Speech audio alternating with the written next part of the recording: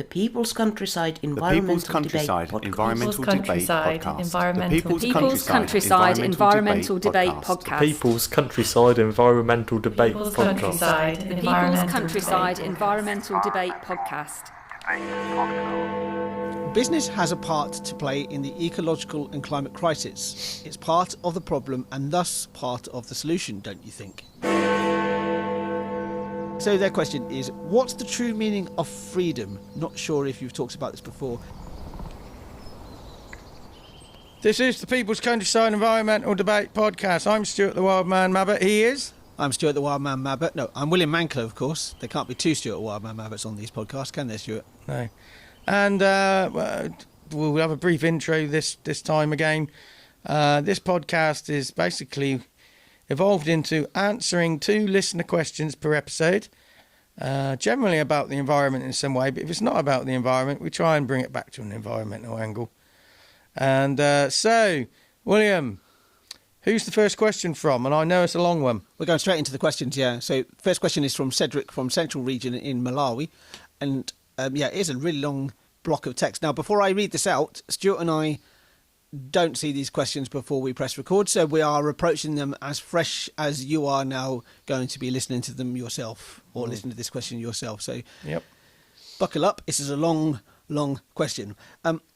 Business has a part to play in the ecological and climate crisis. It's part of the problem and thus part of the solution, don't you think? Think on this. The climate crisis is a once-in-a-generation opportunity for big business to make money, not lose it. If you frame it like that to the CEOs, etc., they will buy into doing the right thing, even if they don't give a shit. The top brass are often just motivated by profit, so this brings them along with us. What's coming down the track is every business is going to have to reduce its carbon output, and clients and supply chains could bypass them for more sustainable businesses if they don't shape up. Some try and avoid putting value on nature, but maybe the idea of value needs reframing too. When it's done for the right reasons or not, as long as everything is more sustainable, surely that's a good thing. 60% of us say we want to do something to be more sustainable, yet barely 20% actually do. Maybe that's to do with people wanting to feel safe in the just transition that has to happen, or scared to do the wrong things. We shouldn't be scared, as that teaches us how to do the right things.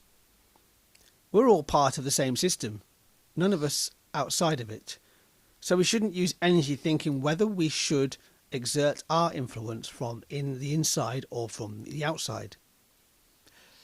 We need to bring our influence to bear in all areas of the system. The system isn't broken, it's doing exactly what it was originally set up to do: make money. The system just needs recoding, as it were, and guess what? There would be still more room to make money, though maybe it would be done more fairly. We are bearing witness to a period of huge change. Is it quick enough, though? Who knows? But what I do know, the approach of less, better, local, that's less, better, local, is a clear way forward. We need to differentiate between need and want. 25% of the value of what we buy is the production costs. 75% of its value is what they spend convincing us that we need this crap. The marketeers drive, want, and don't always solve a need. Just saying. That's quite a long question. If you compare it to the next question, which is from Estonia, I'm not going to read it out, but I've not looked at it properly. It's a much smaller question. Right. As we always do, Stuart, we're going to go through this piece by piece, not to pick it apart, but because it is such a long thing, it's the best way forward, isn't it? Yeah, so business has a part to play in the ecological and climate crisis. It's part of the problem and thus part of the solution, don't you think? I've been to many, excuse me, my asthma's playing up today, so it'll come out on the mic. I've been to many events and been with people, and a business person's been talking, and people's brains switch off. Oh, business, they're the devil! But they are part of the problem, and they have to be part of the solution. So yeah, absolutely. We're forgetting, of course, that business people are not another species on this planet, are they? No. They are just humans trying to make their way in the world, and some people are motivated for very different reasons. So some people set up businesses purely to make profit. Some people set up businesses to make, quote unquote, a difference, whatever that difference is. So yeah, again, does it come down to the whole thing of like you're talking to the person, not the perceived maybe perception of that person? I mean, it helps. It makes it hard to say no when you're talking to the person and the person's talking to you. But so to me, then business is part of the ecological and climate crisis because it's part of the cause, because they are humans, and it's part of the solution because they are humans. But I'm just going to read this next block of text, and it just relates to something that was said at a meeting I was at a while back. Think on this. The climate crisis is a once-in-a-generation opportunity for big business to make money, not lose it. If you frame it like that to the CEOs, etc., they will buy into it, buy into doing the right thing, even if they don't give a shit. The top brass is often just motivated by profit, so this brings them in line with us. What that's effectively saying is talk a language they understand and think about their motives and motivations. Once you start to understand that, you can then... I always say, what's the problem, what's the solution, what's the benefit of those solutions? So you're trying to get somebody to do something. You have to understand where they're coming from to direct them in a way. You're talking about manipulating in a way, but you're also talking about understanding and taking a step towards the perceived enemy. Is it a sort of guided pathway in some ways that you sort of... Yeah, in a way it is a path or guided pathway, but you're thinking about options, giving people options and opportunities to do the right thing, even if they're not doing it for the right reasons. Yes, is that enough though? Do you think? Well, it's never enough. Because I'm thinking of I think it has to be a whole range of options or a whole range of things to help make change.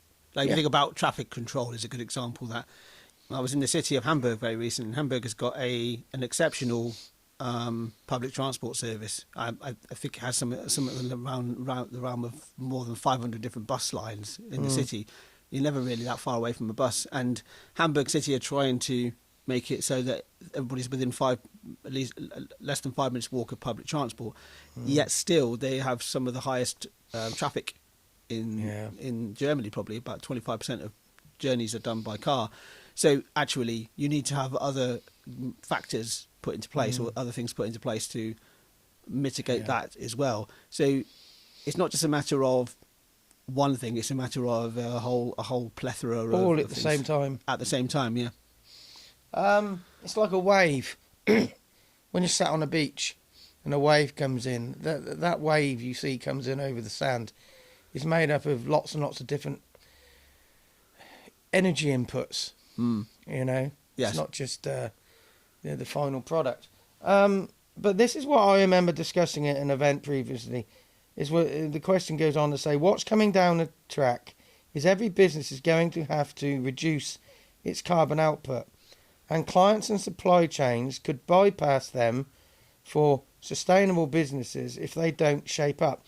This is what the previous paragraph was talking about. I mean, to be able to get business, win business and sustain business and maintain business, people are going to, whether they give a shit or not, they are going to have to sort their carbon footprint out, because purchases are going to be made on that basis. So when you're talking to the CEOs, you're talking about the opportunity to make money out of the climate crisis. You know, it's not saying we need the climate crisis to keep being bad and getting worse to make money. It's just there is an opportunity to make money, because if you're carbon neutral, more customers are going to come to you. Is that really true though? A lot of big business. I was at quite a high-powered business meeting with a lot of movers and shakers, national and international movers and shakers at Oxford Town Hall in the autumn. This is how high-end, medium-sized businesses are recommending the small fry to infiltrate the CEO's office of the big business. Right. It's one opportunity. It's not the only answer, but it's tapping into. They're just obsessed with making money. So you allow, I think it is true, but, it has to be presented a lot with a load of other things as well to ensure people don't pull away from it. But the question I was really asking was, is the customer, are the customers, the general public, really that interested in whether or not a company has a lower carbon output than? I think they're becoming more bothered. Do you think there's been a change? But there's a supply chain as well. That's probably more important than the individual purchaser. The supply chain is supplying their customers. So the customer isn't necessarily buying from the person at the top of the tree. Yeah. They're buying their item. And so there's various players in the supply chain that all need to be sustainable for their, because the customer might be business to business. The final end user is generally a member of the public. Yeah, the consumer, basically. The consumer. Yeah. But this whole process is layers and layers and layers of suppliers supplying other businesses. So businesses aren't going to trade with the big boys, but the end user, the member of the public who's buying from the smaller business, I think they are going to be bothered. Consumers are motivated to go to small suppliers, smaller businesses, and they want them to be carbon neutral because they think, we don't have a big enough influence to influence the big boys. So I think this drips down. But I'm just thinking that when I kind of walk through town in Oxford, for example, you see people going to Primark and you see people going to McDonald's. They're still using these big companies, really. And does it really cross their mind whether or not they are, sustainable or not? I mean, surely they must realise that these bigger corporations are not that sustainable because of the sheer size of them. Yeah. So there are some grey areas in this, but I do think it's a critical mass again. So we've talked about the critical mass before, haven't we? And maybe it's hard to really gauge from this your living room, Stuart, about like whether we have reached any sort of critical mass. Are there people really more interested in now, become more aware and interested in more sustainable businesses? There's always the accusation of greenwashing when it comes to business as well, of course, to make them sound like they're more sustainable when actually they're not. It's just words, it's not actions. Yeah. So that's another way of manipulating as far as advertising, that type of thing goes. But should we, the next part, do you want to read the next part, or should I do it? You have a read of it. So the next part of Cedric's question is, some try and avoid putting value on nature, but maybe the idea of value needs reframing too. When it's done for the right reasons or not, as long as everything is more sustainable, surely that's a good thing. I think a lot of people don't realise the true value of nature, and I kind of think sometimes you can boil down the value of nature just to the colour green and how much natural green you have in your life and around you, or nature around you. I think reframing value of nature is just reframing, instead of saying what's the value of nature, just reframing the understanding of value. That's what needs reframing. I don't think we need to move away. I don't think you can do much really with valuing nature, because that's just widening it out from just financial. Yeah. What's the next bit? The next bit, the next bit from that is 60% of us say we want to do something more sustainable, to be sustainable, yet barely 20% actually do.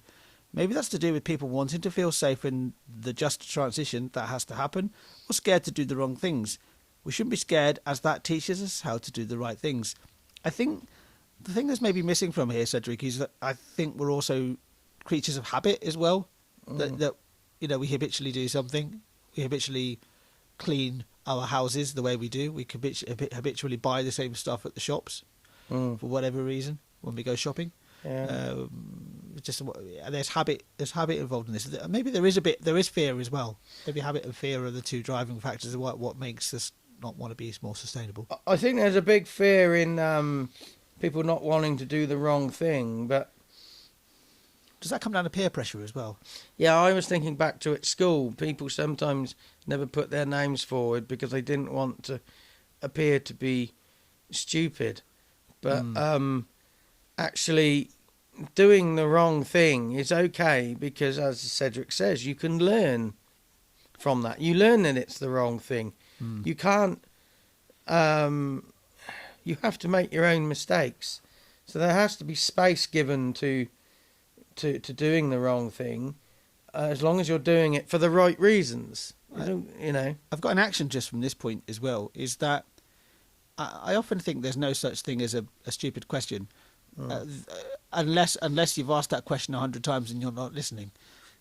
So that if you're not certain about something, especially if you want to be more sustainable, and you think, oh, everybody should know this answer, but I don't know it, but I know somebody who does, go and ask them that question. Because one thing, people love to be flattered about the information that they know. It feels like flattery. And if somebody asks you a question that you think, oh, then everybody should know this, and don't speak down to them. They just don't know. Be kind to them, and just share the knowledge that you have. Often we talk about my wife and I are in conversations with friends. My wife is fully vegan. I'm mostly vegan.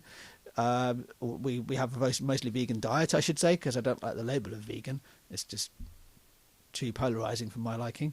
But often people would say, "Well, how did you end up having this diet?" And they said, "Well, it wasn't just overnight. It was a long list of transition of decisions made." And some would say, "Oh, I'm sorry, we still eat meat." And it's like, well, yeah, that's fine, but that's what you want to do. That's what you do. But it sounds like there might be a guilt in that. And if you felt like you wanted to do more, you want to live a more vegan lifestyle, for example, or have more vegan food because you don't really know what you can do, well, just ask us, and we can give you lots of different ideas. We never talk down to anybody because it's just like, well, this is what we've learnt in our life, so we'd like to share it with you. Sort of idea. The next bit I think is interesting. It says, we're all part of the same system. None of us are outside of it. So we shouldn't use energy thinking whether we should exert our influence from the inside or outside. We need to bring our influence to bear in all areas of the system. Yeah, I mean, reminds me of the punk music in the 70s. As soon as punk became a thing, it ceased to be punk. Yeah.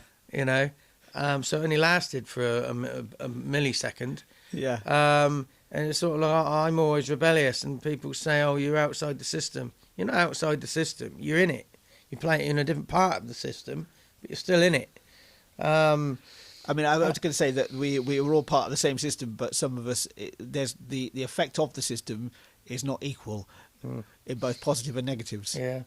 And what it's talking about is shouldn't use energy thinking whether we should exert our influence from the inside or outside. That's almost like where are you going to work? So it might be that you feel working for a polluting oil company and trying to influence them from the inside is better than trying to influence from the outside. It's true. I don't think we should spend too much time disappearing down that wormhole because it needs to be inside and outside pressure, influence. Yeah.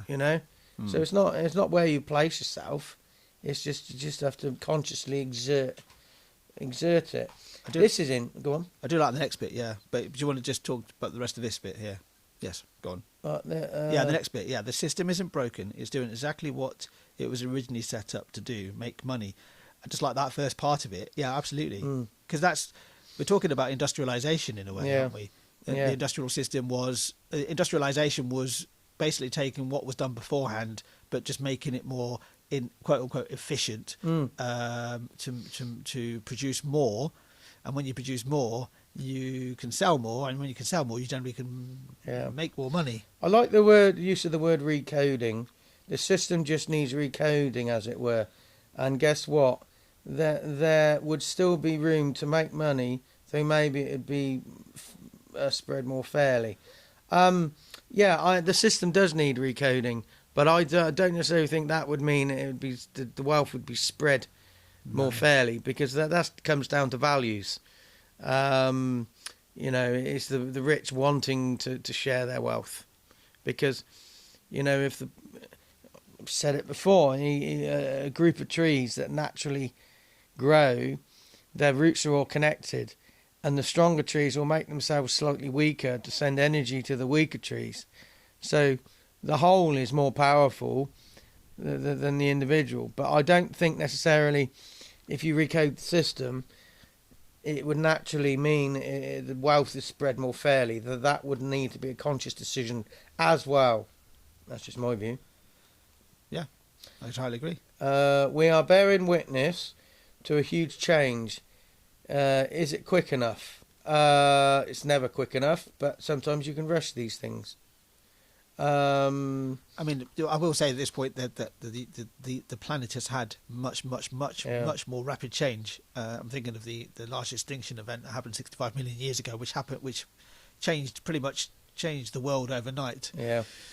So we've had we've had quicker change, but it is change. It's changed over a very rapid period, which is a lot down to our own impact from industrialization. Yeah. We, as a species, we adapt to situations, and we create tools to help us to do that. Yeah.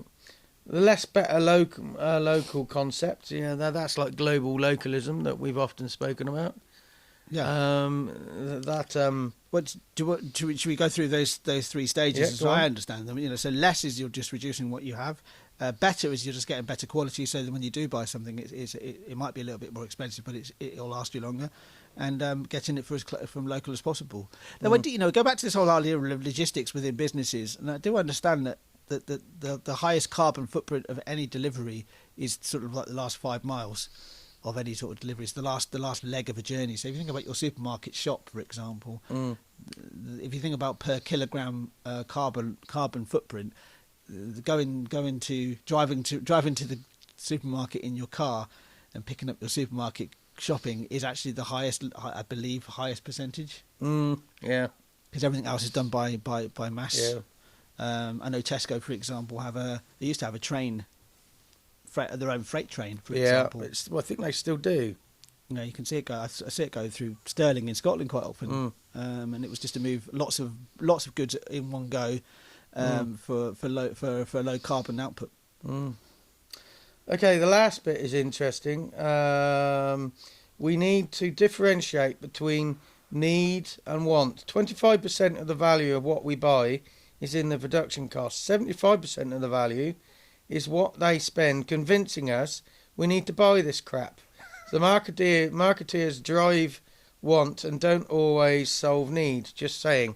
Absolutely. You get all these adverts on telly before Christmas with supposedly attractive people with perfume and deodorant and stuff.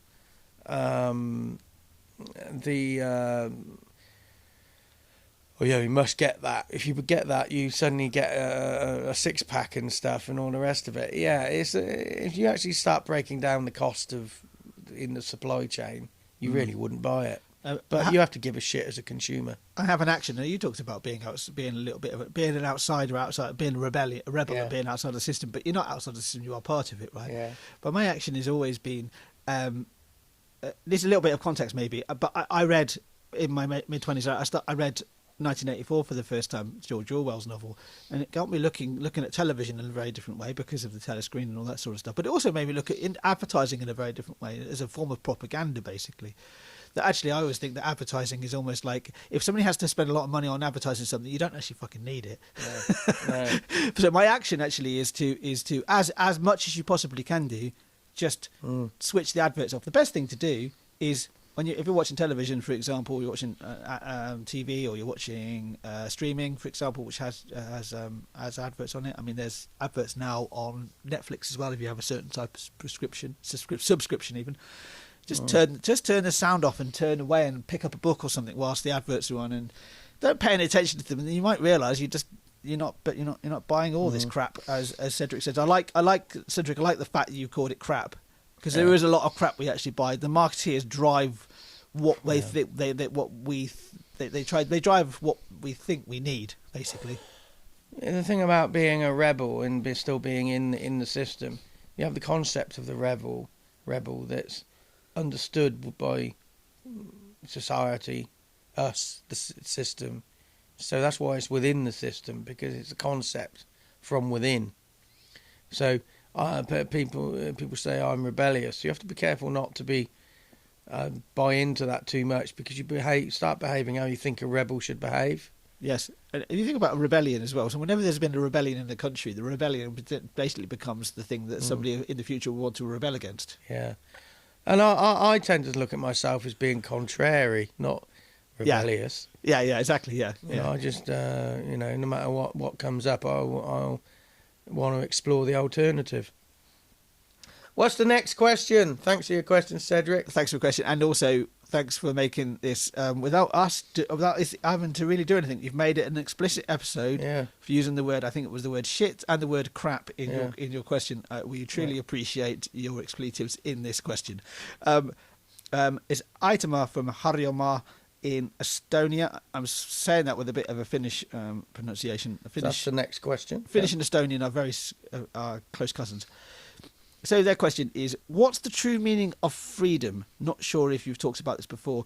We've touched upon this before. We've done over 550 episodes. We can't have not touched it. No, and directly and indirectly. What's the true... What was that again? The true meaning of freedom. True meaning of freedom. And what is the true meaning of freedom? I think one true freedom is allowing the concept of freedom to constantly evolve. Because if you buy, I'm free. I'm outside the system. I'm free of influence. Well, you're unaware, but you're trapped within it, and that's not freedom. I'm not sure there is. We're born, we live, we die. We're trapped already. Yeah. I don't. I'm not sure. I'm not sure you could come up with a definitive answer of what freedom is. I mean, I think we can easily... There's freeing experiences. Yeah, exactly, yeah. Freeing your mind, for example. I think we could get ourselves tie ourselves into knots and get ourselves down blind alleyways into cul-de-sacs in this sort of... This is a philosophical question. Philosophy don't have answers, often. Well, in my experience, philosophers never have answers. They just have lots of questions. But that's my idea of philosophy. But I think whatever that meaning for freedom is your own meaning, right? That sometimes freedom can just be... I mean, for me, one meaning of freedom is to be able to walk out the door and not feel safe to do so. I can actually... That's one version, yeah. I can literally just go out my front door and I don't feel any threat to me at that moment. I don't think I have to change my behaviour in any way. I might slightly alter it at night time than at daytime, but really where I live there's nobody around really. It's very quiet, it's very safe. So that is one version of freedom. So the question is, I suppose, this is what I meant about going down cul-de-sacs, is what exactly is freedom in the first place? I don't know. Yeah. There is no definitive answer to that question. Yeah, I've never experienced freedom. I've experienced release, escape. But freedom. So how does that escape, that release, manifest itself? It's a very physical feeling. The release tends to release any anxiety for a moment in time. A release of sometimes what do you call it? Getting a sense of reality. Even though reality never exists, getting a sense of perspective, that can be a release because you're not overthinking of awareness. That can be that's how it can manifest and how it feels. But just because you found the release doesn't mean you're not going to have to release again 2 minutes later. Actions on this. I mean, it's just explore the complexities of life. Life is a very complex and moving thing. It's a bit like the atmosphere, how air moves across the planet, or how water flows down a river. If you think about a river as a body, as one whole lump, it's just water flowing across the land. But when you think about it in much smaller sections, there's little eddies and currents and all sorts of things going on, and that's exactly what life is like. You never know when the next sort of storm will come along, or the next rapids, or the next calm section will be. And there is no life. And I just think action is think about the complexities of life, and don't get overwhelmed with it too much. And if you have a bad day, just accept you're having a bad day. If you're having a good day, accept you're having a good day, because the real achievements are probably achieved halfway between the two. So a bit of balance and measure. Balance and measure is something you talk about a lot in this podcast. I was just thinking about how we actually approach every single question. We aren't experts at all. No. We're almost like explorers, exploring the unknown, because these questions are unknown to us until we actually press record. I was just thinking about looking back at Cedric's question, not going to answer, not going to talk about it, the actual content, but we go through that piecemeal. I think if that was put down to a more one line question, I'm not saying you should do this, Cedric, but we would answer it in a very different way than we did in the sort of like the piecemeal way we go through the question. So you have to just respond to something in the moment, don't you? And when we started recording today, we had 28 listener questions lined up. We tend to be recording at the same speed questions are coming in now. We're always in the upper 20s at the moment, but it's coming towards the end of February. No, not February. Coming toward the end of January 2025. What's the year looking like so far, William? I mean, it's still too early to say what 2025 is going to bring. I'm very aware we're a quarter of a century into the new century. So that's a landmark, is it? I don't know. It's just a number, isn't it? We've always got something on the boil, Stuart, between the two of us. All you can hope for is a good year ahead of us. Anyway, so the next episode we have two people from the USA, Wayne and Ray. So I can already see they're shorter questions. Well, one is. So stop by again for the next episode and see what our listeners have challenged us to explore next time.